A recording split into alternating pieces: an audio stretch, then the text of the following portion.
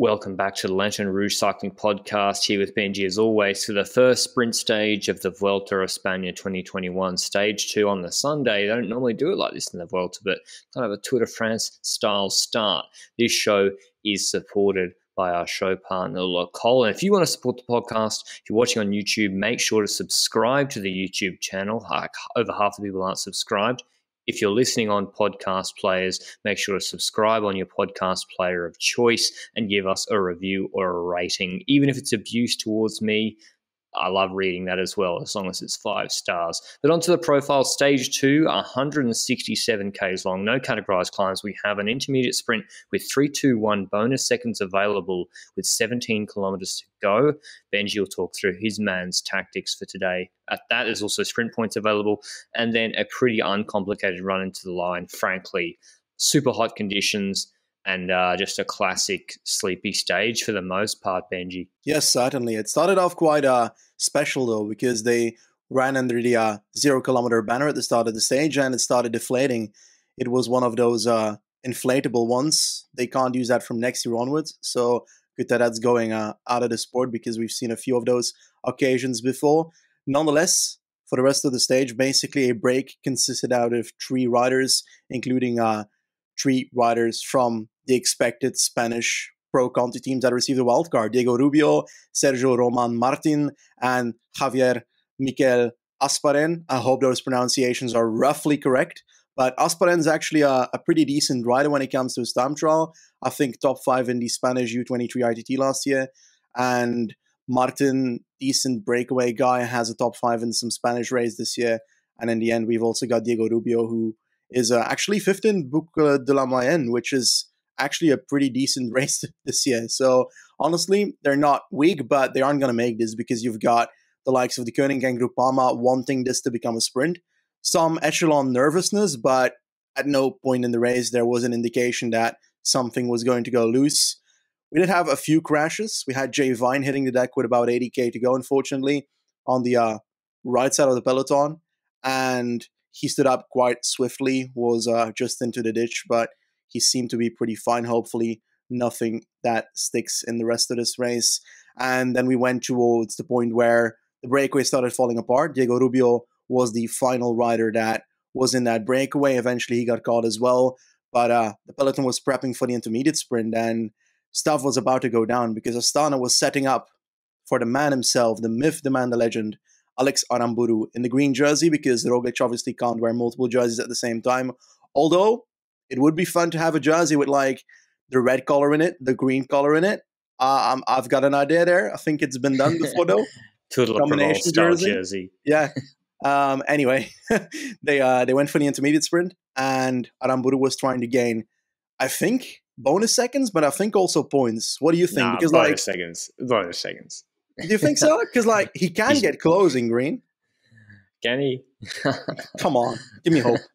I think his first order of priority was getting 3 bonus seconds, which would then take him 3 seconds behind Roglic, I think. And then he would, if he came 3rd in the final sprint, take the red jersey before tomorrow's stage, where he'd then lose it on Pic on Blanco. So unlikely, but worth a try, I guess. I think it's really good. I mean, why not try? Again, he wasn't far away in the final, and just the problem for him was quick step with Jakobsen, who seemed to be going for the sprints. I think Jakobsen took the 3 seconds. Aramburu is second, but still good to see teams trying, and there really wasn't too much else happening. I think in the intermediate sprint, it wouldn't actually have mattered even if Jakobsen didn't take that first spot, because Aramburu taking 2 seconds would lead him into 3rd position. If he gets 3rd position as well, at the end of the stage, he would also get those 4 seconds, so he would equal with Roglic. And I think that the tiebreaker would be the sum of the positions in the 2 stages that have passed, but don't take my word for that. But anyway, you can continue onwards, because it seemed like Quickstep was setting something up with Van Seven on pacing as well. Yeah, we had a furious run into the line at this point. We've got Quickstep with Maori. I think initially Bahrain were riding with Arashiro, then Tratnik, and then they flicked Padun, actually. We had Pidcock working on the front. Guillaume Martin as well. It's kind of, I don't really understand that. But I feel like there's a few teams who didn't bring enough flat support, and they might already be regretting that today. given the first week that we have at this Vuelta. You know, Bahrain in particular, like Wout Poels not going to get on the front and do this when a Marco Haller would have. It's I know he's probably got a different program, but it's same with Ineos. No Luke Rowe, no Kwiatkowski.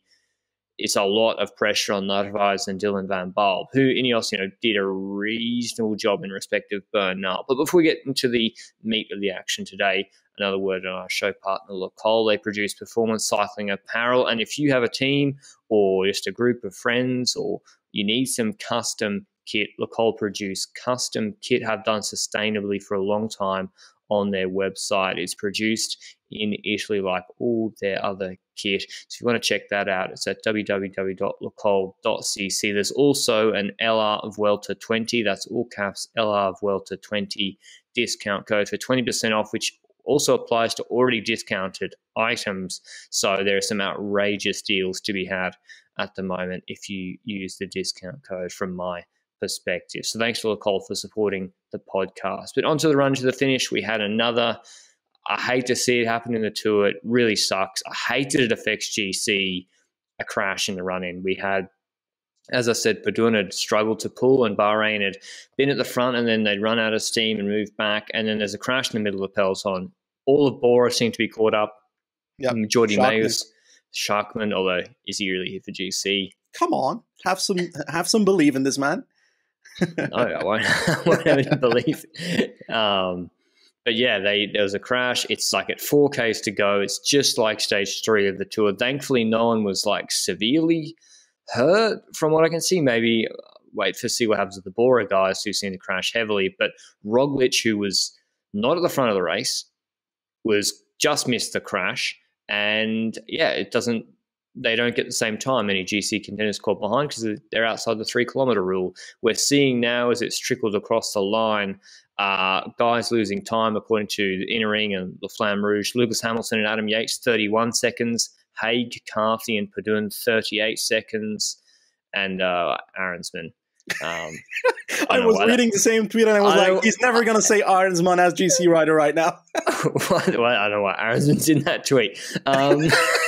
Yeah, Haig, Carthy and Padun lose 38 seconds, which just sucks, man. Like, the 3 kilometer rule seems to be irrelevant right now. You've got Ineos who still pace after the 3 kilometer mark. So what's the point of the 3 kilometer mark if teams are still going to pace after 3Ks, Van Baarle for Bernal? They've got Yates off the back. No one else was going to be pacing, which is kind of hilarious. Maybe they didn't know, or maybe Adam Yates was like, I'm going to ride mid-pack for this entire Vuelta. That's what I do. And Ineos were like, okay, good luck with that. And he's already been caught out. And yeah, like, why not? The GC times don't get taken with 3Ks to go. They still have to fight to stay in the group. It's just annoying because I don't care from a viewing perspective if a GC contender stays with the sprint group on a stage like this. I literally don't care. If they ride 10 kilometers behind and just roll in, it doesn't matter to me. And maybe that's heretical. I care that it's tight tomorrow and on the mountain stages.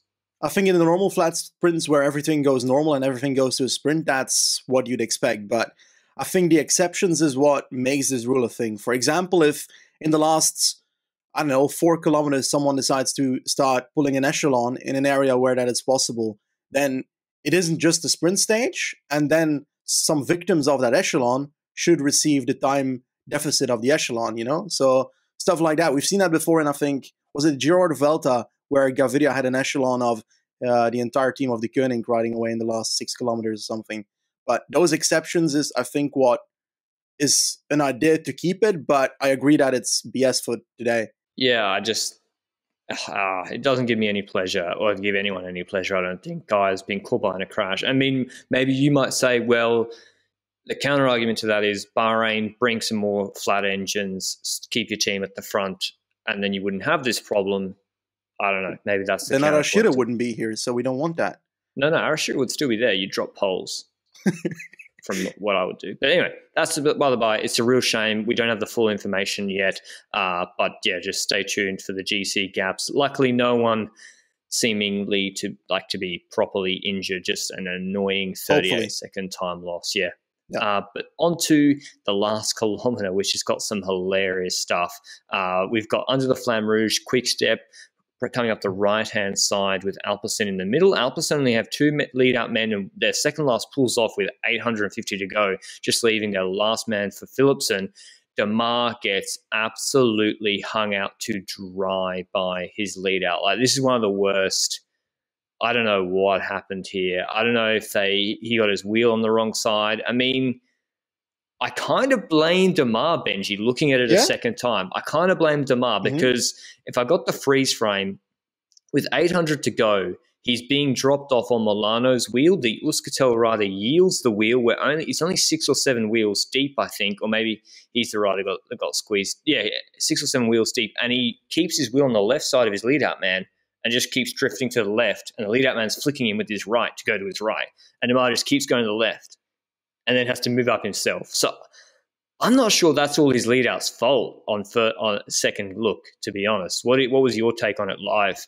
I think that aspect is not his fault, but after it, when he's caught out behind and when he's in trouble, he has to sprint in the wind on the left side to get back to one of the lead-out riders at the front. And I think it's a second lead-out rider that is in 4th, 5th position with roughly 500 meters to go. Demare gets to the wheel, and his lead-out basically looks at him and lets him pass him and doesn't do anything. And basically Demare thinks, okay, I need to stay in the wheel, and this guy's going to bring me forward. And they just move back because the first guy's like, okay, I'm not going to do this. And perhaps it's a miscommunication. Perhaps he thought, okay, I'm done for today. And Demare was like, okay, I expect this man to still do the job. And perhaps just a miscommunication there, but it caused Demare to have to go around his lead out, who was slowing speed. And he had to try and move forward on the left side, try to follow another sprint train when they started splitting up, because I feel like Jakobsen's train was on the left side of the road and the other one on the right side of the road. And yeah, Demare was pretty much done already before the sprint started. But the sprint itself, tell me more. Seneschal on the left-hand side, as we look at it front on, he's leading out. He's then got Alpecin Phoenix, one lead-out man left before Jasper Philipsen. Jakobsen's on Jasper Philipsen's wheel. I want to give a big hats off to Matteo Trentin today. He did an absolutely outstanding lead out. He gets flicked. He's on completely got 2 trains on the other side of the road, and he's just launching Milano on his wheel against 2 lead-out men, Seneschal and then Alpecin Phoenix lead-out man, Luca Mezgets. I want to give another shout-out to him. He did really well in the Champs-Élysées sprint. He does a huge sprint through the middle, completely takes over with Trentin in front of Alpecin and Quickstep, kind of mugs those guys a little bit, drops Matthews right onto Juan Sebastian Milano's wheel, who, by the way, just won 2 stages of Vuelta at Burgos. Philipsen correctly slides onto Matthews' wheel, or I think Milano's wheel, which was a smart move, because if he'd followed his own man, they would have been caught on the right-hand barrier. Milano jumps super early. Matthews in his wheel. Philipsen and Jakobsen split on either side of Matthews' wheel, fighting for his wheel. Jakobsen goes right. Matthews comes out of Milano's wheel, keeps drifting right, makes Jakobsen go even further, whereas Philipsen switches off, comes out of Matthews' draft, then gets the slingshot into Milano's draft. Credit to Milano for keeping the barrier open, and Philipsen takes his second Vuelta stage win. I think he only won one last year, in 2 years in a row. Correct. After his Tour de France disappointment. Ahead of Jakobsen, Matthews third. I thought quite an interesting sprint, like tactically and how it worked out. How did you see it, Benji? Do you think, do you think Philipsen's quicker than Jakobsen, or are we actually going to have a nice little head-to-head battle here for the next couple of weeks? I think we're going to have a head-to-head battle, but I think that Jakobsen has to do it from these sprints more than the slightly uphill sprints. And for example, I think it's stage 4. I'm not certain about it. It could be stage 5, but I think it's 4, where there's a slight uphill finish, and that's Philipsen territory for me personally. If Jakobsen wins there, then all my logic out of the window. But for now, that seems to be what I have in mind. And there's a few stages with harder climbs in it, and there I expect Philipsen to survive them better. But I honestly don't remember Jakobsen's climbing that much, because obviously he's only recently returned back to form, so he could surprise me and be there on those situations. But I think we've got a nice head-to-head. I'm enjoying it. Demare could join it here or there, depending on whether his lead-out and himself fucks himself. But anyway, Aramburu tried to get that 3rd spot. He launched early. He started sprinting at 500 to go, getting from wheel to wheel sprinting. And when you know you're sprinting before the sprint, you know that it's unlikely that you'll get there. But he actually held on quite well. He eventually finished 5th, and he did that just ahead of, I think, Minali for Intermarché. And I gotta be honest, I saw some subtle deviations to subtly close the door by Aramburu. So I have to call it out. I have to call it out. But he didn't do anything outrageous, so it's nothing that actually hindered Minali, but it was close to it. So yeah, I have to be honest about that. Unbiased about sprint deviations.